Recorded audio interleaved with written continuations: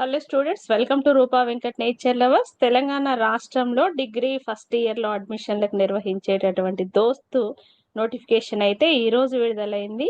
మరి ఇంటర్ మార్కుల ఆధారంగా మీరు ఎంచుకునే కోర్సుల ఆధారంగా ప్రవేశాలను అయితే కల్పిస్తారు. ఇది మే 3 నుండి 21 వరకు, మే 21 వరకు ఫస్ట్ ఫేజ్కి సంబంధించి దరఖాస్తులు కోరబడుతున్నాయి. మరియు 29న ఫస్ట్ ఫేజ్కి సంబంధించినటువంటి సీట్ల కేటాయింపు ప్రక్రియ అయితే జరుగుతుంది. మే 30 నుండి జూన్ 8 వరకు సెకండ్ ఫేజ్ దరఖాస్తులు అయితే ఉంటాయి. జూన్ 13న సెకండ్ ఫేజ్కి సంబంధించినటువంటి సీట్ల కేటాయింపు ఉంటుంది. నెక్స్ట్ జూన్ 13 నుండి జూన్ 19 వరకు థర్డ్ ఫేజ్ అయితే ఉంటుంది. ఈ థర్డ్ ఫేజ్కి సంబంధించి జూన్ 23న సీట్ల కేటాయింపు ఉంటుంది. ఇంకా ప్రాసెస్ వచ్చినట్లయితే ఇంటర్మీడియట్ పాస్ అయినటువంటి విద్యార్థులు ముందుగా ఇక్కడ ప్రాసెస్ లో మనకు 7 స్టెప్స్ అయితే ఉంటాయి. వెబ్సైట్ వచ్చేసి cgg డాట్ cgg.gov.in. మీకు తెలుసుంటే డైరెక్ట్ గా అయితే చేసుకోవచ్చు, లేకపోతే మీ సేవ నుండి కానీ లేదా కన్సర్న్ కాలేజీకి వెళ్ళి కానీ అప్లికేషన్స్ అయితే చేసుకోండి. ఎందుకంటే ఏ డీటెయిల్స్ కరెక్ట్ గా అప్లోడ్ చేసినా కూడా తర్వాత మీకు స్కాలర్షిప్స్ విషయంలో కావచ్చు, ఇంకా ఫర్దర్ ఏదైనా విషయంలో ప్రాబ్లమ్స్ అరేజ్ కావచ్చు. కాబట్టి అడ్మిషన్ రిజిస్ట్రేషన్ చేసుకోబోయే విద్యార్థులందరూ కూడా మీకు రిక్వైర్డ్ డాక్యుమెంట్స్ అన్ని కూడా రెడీగా చేసుకోండి. క్యాస్ట్ సర్టిఫికేట్, లేటెస్ట్ ఇన్కమ్ ఉంటే ఇప్పుడు అప్లోడ్ చేయొచ్చు. లేదా ఒకవేళ అందుబాటులో లేకపోతే మీరు సీట్ కన్ఫర్మ్ అయిన తర్వాత మీరు సీట్ కన్ఫర్మ్ చేసుకోవడానికి ఇన్కమ్ లేని వాళ్ళకి మీ కాలేజ్ అంటే మీరు ప్రైవేట్ లో అప్లై చేసుకున్నారా, గవర్నమెంట్ లో అప్లై చేసుకున్నారా అనే దాన్ని బట్టి కొంత మినిమం ఫీ అయితే పే చేయాల్సి ఉంటుంది. తర్వాత స్కాలర్షిప్ టైంలో దాన్ని మీరు సబ్మిట్ చేయొచ్చు. కానీ ముందుగా మీరు ఇన్కమ్ కనుక అప్లై చేసి ఉన్నట్లయితే మీకు ఈ అమౌంట్ కూడా పడదు. కాబట్టి ముందుగానే ఇన్కమ్ అప్లై చేసుకోండి. ఒకవేళ ఇన్కమ్ రాకపోతే సెకండ్ ఫేజ్ లో అయినా చేసుకోవచ్చు. ఫస్ట్ ఫేజ్ లో కనుక మీరు అనుకున్న కాలేజీలో సీట్ రాకపోతే దాన్ని సెకండ్ ఫేజ్ లో మీరు వెబ్ ఆప్షన్స్ అయితే వేరే చూస్ చేసుకోవచ్చు. అంటే మీరు కాలేజ్ కన్ఫర్మేషన్ చెప్పకుండా సెల్ఫ్ రిపోర్ట్ చేయడం అంటే, మీరు సెల్ఫ్ రిపోర్ట్ ఒక ఓటీపీ ఉంటుంది. అంటే ఆ కాలేజీలో చేయాలి అని అనుకుంటే సెల్ఫ్ రిపోర్ట్ చెప్పాలి. అండ్ కాలేజ్ కన్ఫర్మేషన్ ఓటీపీ కూడా ఉంటుంది. అవి రెండు కన్ఫర్మ్ అయితే అది అక్కడే మీకు స్టాప్ అవుతుంది అడ్మిషన్ ప్రాసెస్ అనేది.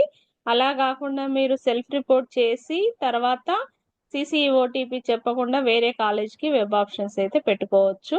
అలా అయితేనే మీకు నెక్స్ట్ సెకండ్ ఫేజ్ లో వెబ్ ఆప్షన్స్ పెట్టుకోవడానికి అవకాశం ఉంటుంది. ఎప్పుడైతే సిసి ఓటీపీ కాలేజ్ కన్ఫర్మేషన్ చేసుకుంటారో అప్పుడు మాత్రం అవకాశం ఉండదు. ఇలా మీరు థర్డ్ ఫేజ్ వరకు కూడా మీరు ఒకవేళ కాలేజెస్ చేంజ్ చేసుకోవాలనుకుంటే, లేకపోతే ఫస్ట్ ఫేజ్ లోనే వచ్చిన కాలేజీలో మీరు అలాట్ అయితే అవుతారు. ఇక ముందు విషయానికి వస్తే ఏంటంటే, కొంతమంది రిజిస్ట్రేషన్ చేసుకున్న తర్వాత సెల్ఫ్ రిపోర్ట్ కనుక చేయకుండా మీరు ఆ సీట్ నచ్చలేదు, ఆ కాలేజీకి వెళ్ళలేము అనుకున్నప్పుడు ఇక మీరు సెల్ఫ్ రిపోర్ట్ చేయకపోతే మళ్ళీ సెకండ్ ఫేజ్ లో కొత్త రిజిస్ట్రేషన్ అయితే చేసుకోవాల్సి ఉంటుంది. ఎందుకంటే అది ఇప్పుడు ఫస్ట్ ఫేజ్ లో అయితే 200, దాదాపు అయితే లాస్ట్ టైం 200 మినిమం అమౌంట్ ఉండే ఫస్ట్ ఫేజ్ లో registration fee. Second phase third phase కి వచ్చేటప్పటికి అది 400 అవుతుంది.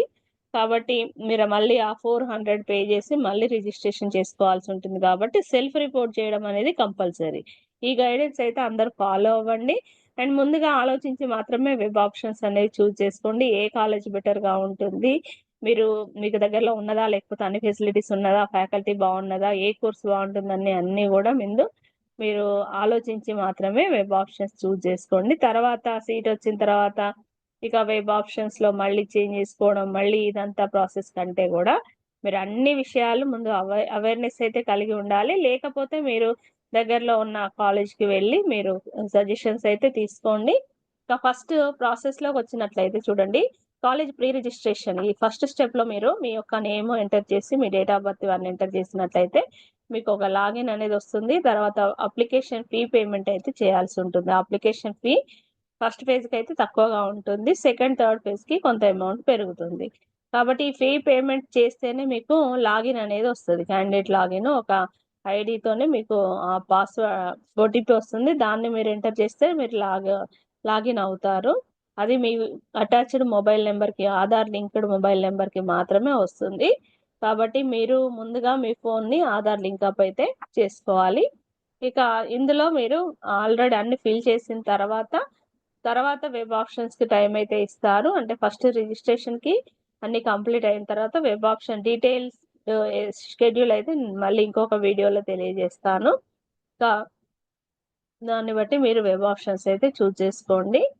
ఇంకా చూడాలనుకుంటే ఒకటి ప్రాసెస్ అనేది మీకు చూపిస్తాను. అది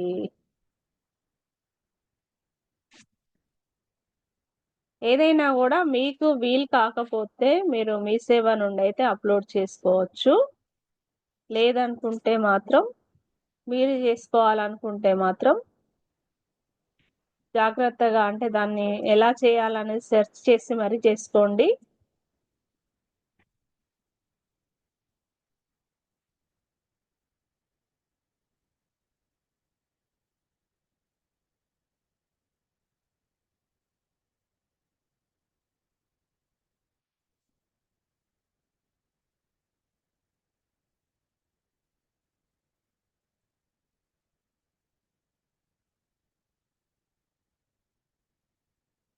ఇక్కడ ప్రాసెస్ అనేది కనిపిస్తుంది చూసారా?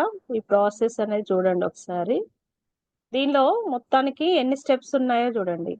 స్టూడెంట్ అథెంటికేషన్ మెయిన్గా మీరు ఈ దోస్త్ ఐడి అనేది క్రియేట్ చేసుకోవాల్సి ఉంటుంది. అంటే మీ యొక్క hall ticket number, inter hall ticket నెంబర్ని యూజ్ చేసుకొని మీ థంబ్ ఇంప్రెషన్ ఇచ్చేసి ఇది మీ సేవ నుండి తీసుకోవాలి. 30 రూపీస్ అయితే తీసుకుంటారు. ఆ దోస్త్ ఐడి అనేది క్రియేట్ చేసుకోవడం అనేది మెయిన్ ఇంపార్టెంట్ ప్రాసెస్. మీ యొక్క ఆధార్ లింక్డ్ మొబైల్ నెంబర్ని దానికి అటాచ్ చేసి మీకు ఒక ఆధార్ లింక్ అయితే ఇస్తారు, ఐడి లింక్. దాన్ని మీరు బయట మీ సేవ నుండి చేసుకోవచ్చు, లేదా మొబైల్లో ఒక యాప్ ఉంటుంది, దాని నుండి కూడా మీరు చేసుకోవచ్చు. కాలేజ్కి వెళ్తే వాళ్ళు కూడా చెప్తారు. తర్వాత ఆన్లైన్ పేమెంట్ అంటే మీరు ఈ డీటెయిల్స్ ఎంటర్ చేసి మీరు ఆన్లైన్ పేమెంట్ అయితే చేయాలి.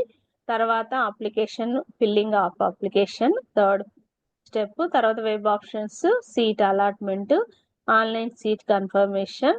ఆన్లైన్ సీట్ కన్ఫర్మేషన్ అంటే సెల్ఫ్ రిపోర్ట్. అంటే మీరు ఆ కాలేజీలో జాయిన్ అవుతాం, ఆ సీట్ కావాలి అని అనుకున్నప్పుడు సెల్ఫ్ రిపోర్ట్ చేస్తారు.